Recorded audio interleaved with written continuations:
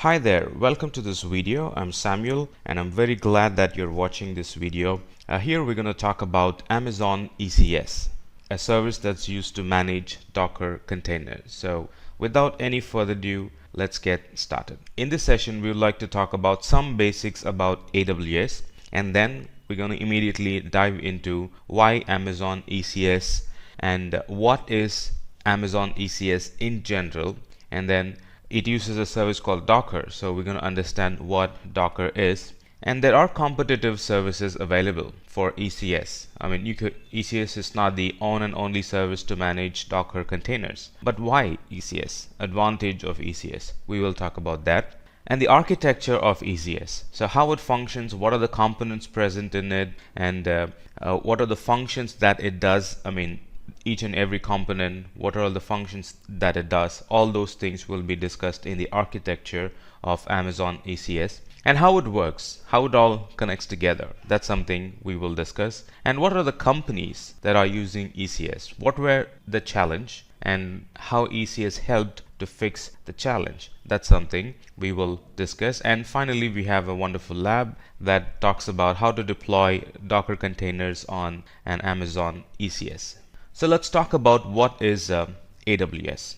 Amazon Web Service, in short called as AWS, is an web service in the cloud that provides a variety of services such as compute power, database storage, content delivery, and a lot of other resources, so you can scale your business and grow, not focus more on your IT needs and the rest of the IT demands. Rather, you can focus on your business and let Amazon scale your IT, or let Amazon take care of your IT. So what is that you can do with AWS? With AWS, we can create, deploy any application in the cloud. So it's not just deploying, you can also create your application in the cloud. It has all the tools and services required, the tools and services that you would have installed in your laptop, or you would have installed in your on-premises desktop machine for your development environment.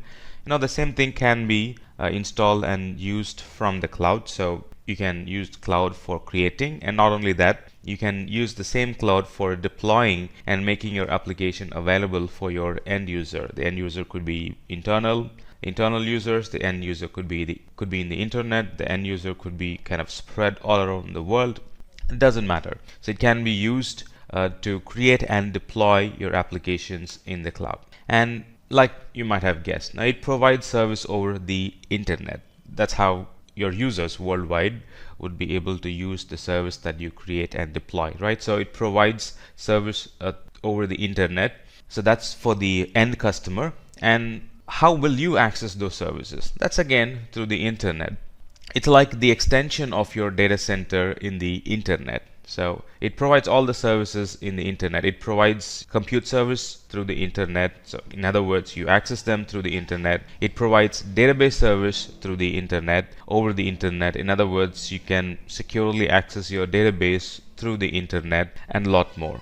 And the best part is this is pay as you go, or pay only for what you use. There is no long-term or beforehand commitment here. Most of the services does not have any commitment. So there is no long-term and beforehand commitment. You only pay exactly for what you use. There's no overage, there's no overpaying, right? There's no buying in advance, right? You only pay for what you use. Let's talk about what ECS is. So before ECS, before containers, right? ECS is a service that manages Docker containers, right? It's not a product, or it's not a feature all by itself. It's a service that's dependent on Docker container. So before Docker containers, all the applications were running on VM or on a host or on a physical machine, right? And that's memory bound, that's latency bound. The server might have issues, on and on, right? So let's say this is Alice and she's trying to access her application, which is running somewhere in her on-premises, and the application isn't working. What could be the reason? Some of the reasons could be memory full, the server is currently down at the moment, we don't have another physical server to launch the application, A lot of other reasons. So a lot of reasons why the application wouldn't be working in on-premises. Some of them are memory full issue and server down issue, very less high availability, or in fact single point of failure and no high availability, if I need to tell it correctly. With ECS, the services can kind of breathe free, right? The services can run seamlessly. Now, how is that possible? Now, those things we will discuss in the upcoming sessions. So because of containers and ECS managing containers, the applications can run in a high available mode. They can run in a high available mode, meaning if something goes wrong, right, there's another container that gets spun up, and your application runs in that particular container. Very less chances of your application going down. That's what I mean. This is not possible with a physical host. This is very less possible with a VM, or at least it's going to take some time for another VM to get spun up. So why ECS, or what is ECS? Amazon ECS maintains the availability of the application and allows every user to scale containers when necessary. So it not only meets the availability of the application, meaning one container running your application or one container hosting your application should be running all the time. So to meet that high availability, availability is making sure your service is running 24/7. So container makes sure that your services run 24/7. Not only that. Suddenly, if there is an increase in demand, how do you meet that demand? Right? Let's say you had like 1,000 users. Suddenly, the next week there are like 2,000 users. Right. So how do you meet that demand? Container makes it very easy for you to meet that demand. In case of VM, or in case of physical host, you literally will have to go buy another physical host, or add more RAM, add more memory, add more CPU power to it, right? Or kind of club 2-3 hosts together, clustering. You would be doing a lot of other things to meet that high availability and also to meet that demand. But in case of ECS, it automatically scales the number of containers. It automatically scales the number of containers needed, and it meets your demand for that particular hour. So what is Amazon ECS? The full form of ECS is Elastic Container Service, right? So it's basically a container management service which can quickly launch and exit and manage Docker containers on a cluster. So what's the function of ECS? It helps us to quickly launch and quickly exit and manage Docker containers. So it's kind of a management service for the Docker containers you will be running in Amazon or running in the AWS environment. So in addition to that, it helps to schedule the placement of container across your cluster. So it's like this. You have two physical hosts, joined together as a cluster, and ECS helps us to place your containers. Now, where should your container be placed? Should it be placed in host 1? Should it be placed in host 2? So that logic is defined in ECS. We can define it. You can also let ECS take control and define that logic. Most cases you will be defining it. So schedule the placement of containers across your cluster. Let's say two containers want to interact heavily. You really don't want to place them in two different hosts, right? You would want to place them in one single host so they can interact with each other. So that logic is defined by us. And these container services, you can launch containers using AWS Management Console, and also you can launch containers using SDK kits available from Amazon. You can launch through a Java program. You can launch container using an .NET program. You can launch container using an Node.js program, as in when the situation demands. So there are multiple ways you can launch containers through Management Console and also programmatically. And ECS also helps to migrate application to the cloud without changing the code.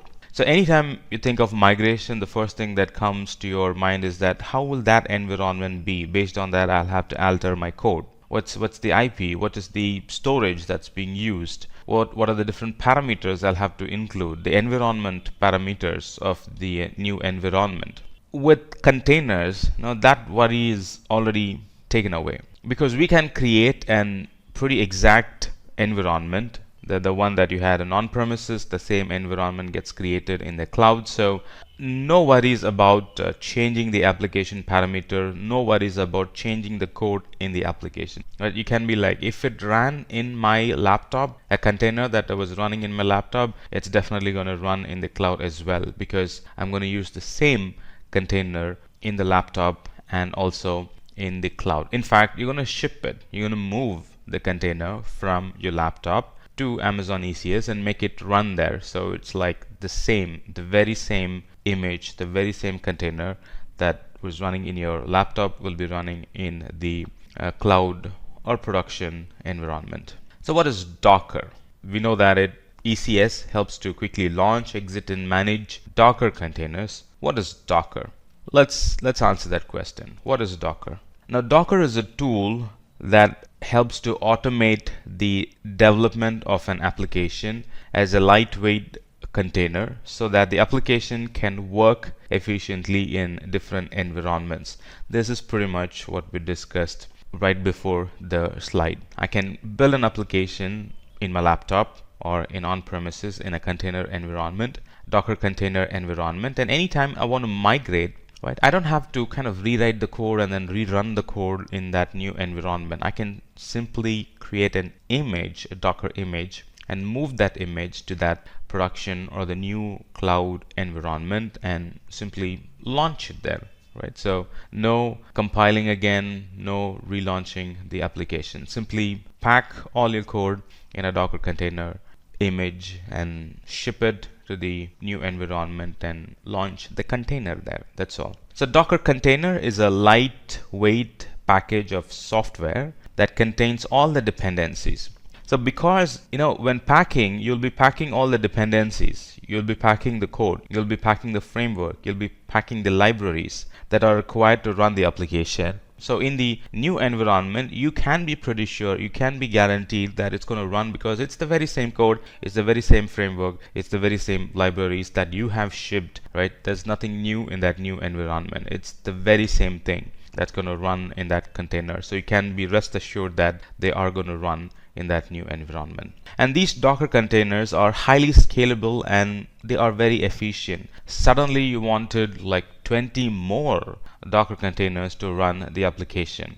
Think of adding 20 more hosts, 20 more VMs, right? How much time would it take? And compared to that time, the amount of time that Docker containers would require to kind of scale to that amount, like 20 more containers, it's very less, or it's minimal or negligible. So it's an highly scalable and it's a very efficient service. You can suddenly scale number of Docker containers to meet any additional demand. Very short boot up time because it takes it's not going to load the whole operating system. And these Docker containers, they use the Linux kernel and features of the kernel like C groups and namespaces to kind of segregate the processors so they can run independently any environment, and it takes very less time to boot up. And the data that are stored in the containers are kind of reusable. So you can have an external data volume and I can map it to the container, and whatever the space that's occupied by the container and the data that the container puts in that volume, they are kind of reusable. You can simply remap it to another application. You can kind of remap it to the next successive container. You can kind of remap it to the next version of the container, next version of the application you'll be launching, and you don't have to go through building the data again from the scratch. Whatever data the container was using previously or the previous container was using, that data is available for the next container as well. So the volumes that the containers uses are very reusable volumes. And like I said, it's isolated application, so it kind of isolates by its nature. It kind of, by the way it's designed, by the way it is created, it isolates one container from another container, meaning anytime you run applications on different containers, you can be rest assured that they are very much isolated. Though they are running on the same host, though they are running on the same laptop, let's say, though they are running on the same physical machine, let's say, running 10 containers, 10 different applications, you can be sure that they are well disconnected or well isolated applications. Now let's talk about the advantages of ECS. The advantage of ECS is improved security. Its security is inbuilt in ECS. with ECS, we have something called as a container registry. That's where all your images are stored, and those images are accessed only through HTTPS. Not only that, those images are actually encrypted, and access to those images are allowed and denied through identity and access management policies, IAM. And in other words, let's say two containers running on the same instance. Now, one container can have access to S3 and the others, or the rest of the others, are denied access to S3. So that kind of granular security can be achieved through containers when we mix and match the other security products available in Amazon, like IAM, encryption, accessing it using HTTPS. These containers are very cost efficient. Like I've already said, these are lightweight processes. Right? We can schedule multiple containers on the same node, and this actually allows us to achieve high density on an EC2 instance. Imagine an EC2 instance that's very less utilized.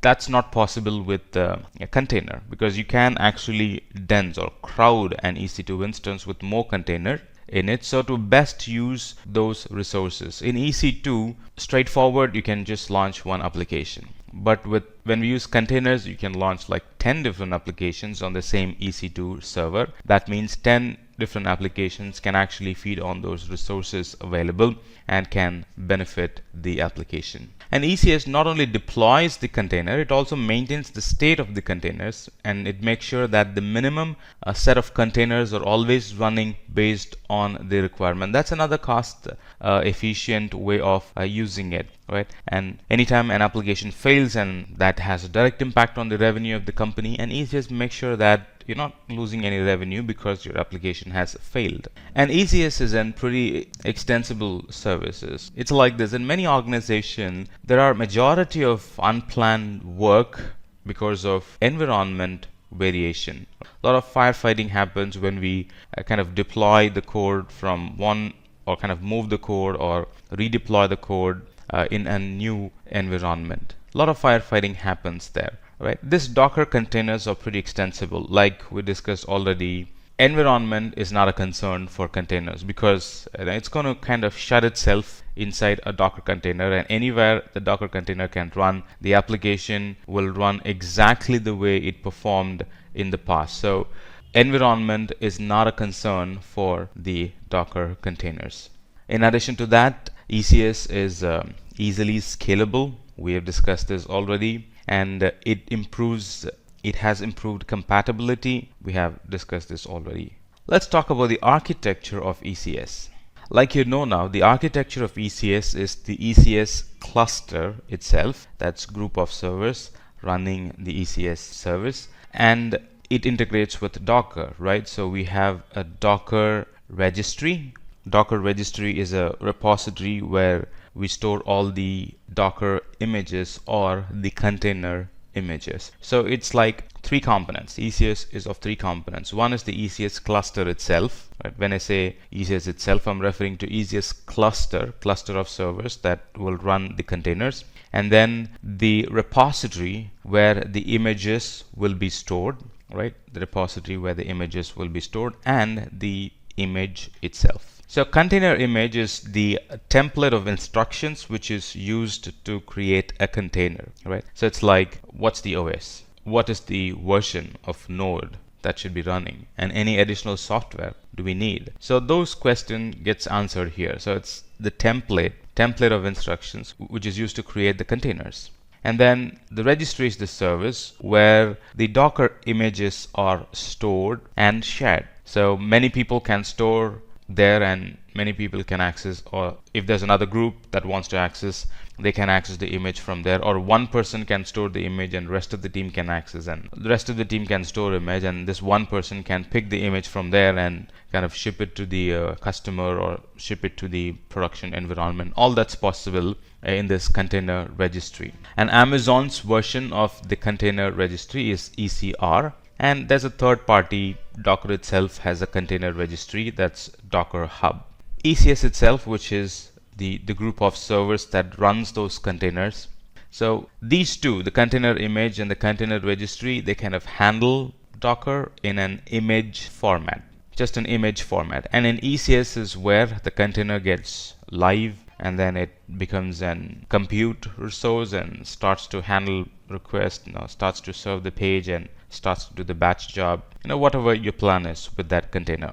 So the cluster of servers, ECS, integrates well with the familiar services like VPC. VPC is known for securing. VPC is known for isolating the whole environment from rest of the customers, or isolating the whole environment or the whole infrastructure from the rest of the clients in your account, or from the rest of the applications in your account, on and on. So VPC is a service that provides or gives you the network isolation.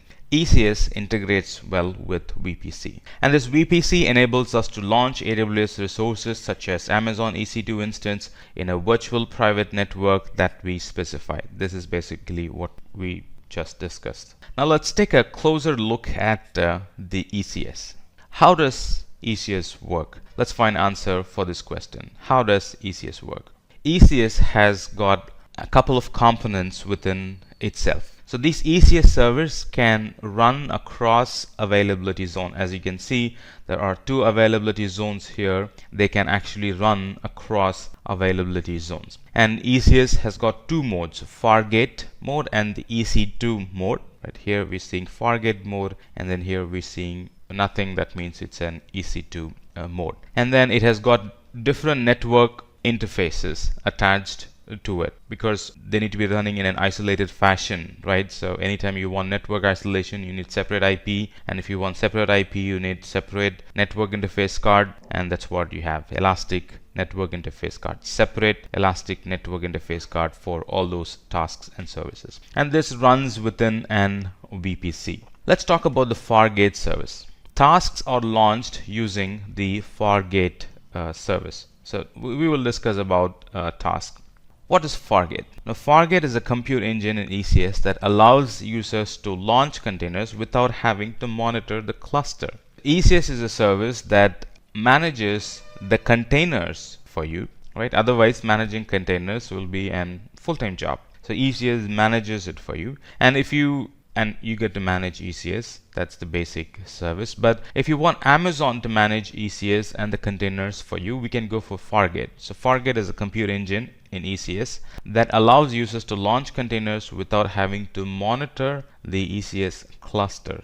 And the tasks that we discussed, the tasks has two components. You see task right here. So they have two components. We have ECS container instance, and then the container agent. So like you might have guessed right now, ECS container instance is actually an EC2 instance, right, capable of running containers. Not all EC2 instances can run containers. So these are like specific EC2 instances that can run containers. They are ECS container instances. And then we have container agent, which is the agent that actually binds those clusters together, and it does a lot of other housekeeping work, right? Kind of connects clusters, makes sure that the version needed is present. So it's all part of that agent, or it's all job of that agent. Container instances is part of Amazon EC2 instance, which run Amazon ECS container agent. Pretty straightforward definition. And then a container agent is responsible for communication between ECS and the instance, and it also provides the status of the running containers. Kind of monitors the container, monitors the state of the container, make sure that the container is up and running, and if there's anything wrong, it kind of reports it to the appropriate service to fix the container, on and on. Right? So container agent, when we don't manage container agent, it runs by itself, and you really don't have to do anything to make the container agent better. It's already better. You really won't be configuring anything in the agent. And then elastic network interface card is a virtual interface network that can be connected to an instance in VPC. So in other words, elastic network interface is how the container interacts with another container, and that's how the container interacts with the EC2 host, and that's how the container interacts with the internet, external world. And a cluster is a set of ECS container instances It's not something that's very difficult to understand. It's simply a group of EC2 instances that runs that ECS agent. And these cluster handles the process of scheduling, monitoring, and scaling the request. We know that ECS can scale, the containers can scale. How does it scale? That's all monitored and managed by this ECS cluster. Let's talk about the companies that are using Amazon ECS. There are a variety of companies that use ECS clusters. To name a few, Okta uses ECS cluster, and Okta is a product that uses identity information to grant people access to applications on multiple devices at any given point of time. They make sure that they have a very strong security protection. So Okta uses Amazon ECS to run their Okta application and serve their customers. And Abima is an TV channel, and they chose to use microservices and Docker containers. They already had microservices and Docker containers, and when they thought about a service that they can use in AWS, ECS was the only service that they can immediately adapt to. And because in Abima TV the engineers have already been using Docker and Docker containers, it was kind of easy for them to adapt themselves to ECS and start using it, along with the benefits that ECS provides. Previously they had to do a lot of work, but now ECS does it for them. Right. Similarly, Remain and Ubisoft, GoPro are some of the famous companies that use Amazon ECS and get benefited from its scalability, get benefited from its cost, gets benefited from its Amazon managed services, get benefited from the portability that ECS and the migration option that ECS provides. Let's talk about how to deploy a Docker container on Amazon ECS. The way to deploy a Docker container on ECS is, first we need to have an AWS account and then set up and run our first ECS cluster. So in our lab we're going to use the launch wizard to run an ECS cluster and run containers in them. And then task definition. Task definition tells the size of the container, the number of the container. And when we talk about size, it tells how much of CPU do you need, how much of memory do you need. And talking about numbers, it requires how many numbers of container you're going to launch. Is it 5, is it 10, or is it just one running all the time? Now those kind of information goes in the task definition file. And then we can do some advanced configuration on ECS, like load balancers and what port number you want to allow and you don't want to allow, who gets access, who shouldn't get access, and what's the IP that you want to allow and deny requests from, on and on. And this is where we would also mention the name of the container, so to differentiate one container from the other, and the name of the service. Is it an backup job? Is it a web application? Is it an data container? Is it going to take care of your data backend? And the desired number of tasks that you want to be running all the time. Those details go in when we try to configure the ECS service, right? And then you configure your cluster. You put in all the security in the configure your cluster step or configure cluster stage. And finally, we will have an instance and bunch of containers running in that instance. All right, let's do a demo. So here I have logged in to my Amazon portal, and let me switch to the appropriate region. I'm going to pick North Virginia. North Virginia, look for ECS. And it tells ECS is a service that helps to run and manage Docker containers. Well and good. Click on it. I'm in North Virginia. Just want to make sure that I'm in the right region. And go to clusters. And here we can create cluster. This is our Fargate, and this is our EC2 type launching for Linux and Windows environment. But I'm going to launch through this walkthrough portal. Right? This gives a lot of information here. So the different steps involved here is creating a container definition, which is what we're going to do right now, and then a task definition, and then service, and finally the cluster. It's a 4-step process. So in container definition, we define the image, the base image we are going to use. Now here I'm going to launch an HTTPD or a simple HTTP web page, right? So a simple HTTPD 2.4 image is fair enough for me. And it's not a heavy application, so zero 0.5 gigabit of memory is enough. And again, it's not a heavy application, so 0.25 virtual CPU is enough in our case, right? You can edit it based on the requirement. You can always edit it. And because I'm using HTTPD, the port mapping is already port 80. That's how the container is going to receive the request.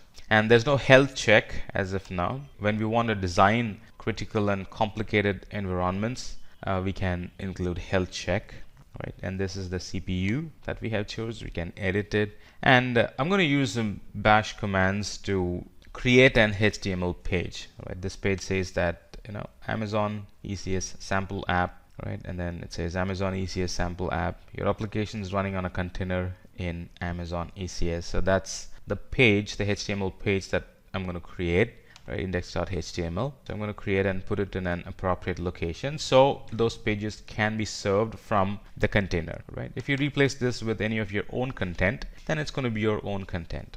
ECS comes with some basic logs, and these are the places where they get stored. That's not the focus as of now, right? So I was just saying that you can edit it and customize it to your needs. We're not going to do any customization now. We're just getting familiar with ECS now. And the task definition, name of the task definition is first run task definition, and then we are running it in a VPC. And then this is an Fargate mode, meaning the servers are completely handled by Amazon, and the task memory is 0.5 gigabit, and the task CPU is 0.25 virtual CPU. Name of the service: is it a batch job? Is it an a front end? Is it a back end? Or is it a simple copy job? What's the service? Name of the service goes here. Again, this you can edit it. And here's a security group. As of now, I'm allowing port 80 to the whole world. If I want to restrict to a certain IP, I can do that. The default option for load balancing is no load balancer, but I can also choose to have a load balancer and use port 80 to map that port 80 to the container port 80, right? I can do that. The default is no load balancer. All right, let's do one thing. Let's use load balancer. Let's use load balancer, and port 80 that receives information on port 80 HTTP. What's going to be the cluster name? We're in the last step. What is the cluster name?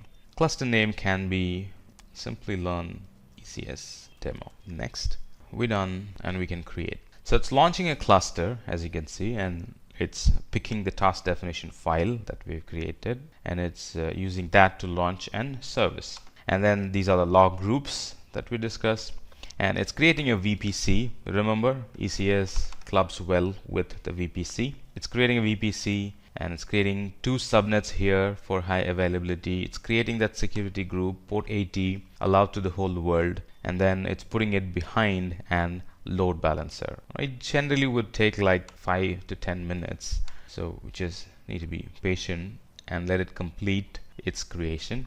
And once this is complete, we can simply access these servers using the load balancer URL. And when this is running, let me actually take you to the other products or the other services that are integrated with ECS. It's getting created. Our service is getting created as of now. ECR repository. This is where all our images are stored. Now, as of now, I'm not pulling my image from ECR. I'm pulling it directly from the internet, Docker Hub. But all custom images, they are stored in this repository. So you can create a repository, call it app1, create a repository. So here's my repository. So any image that I create locally, or any Docker image that I create locally, I can actually push those images using these commands right here, and they get stored here.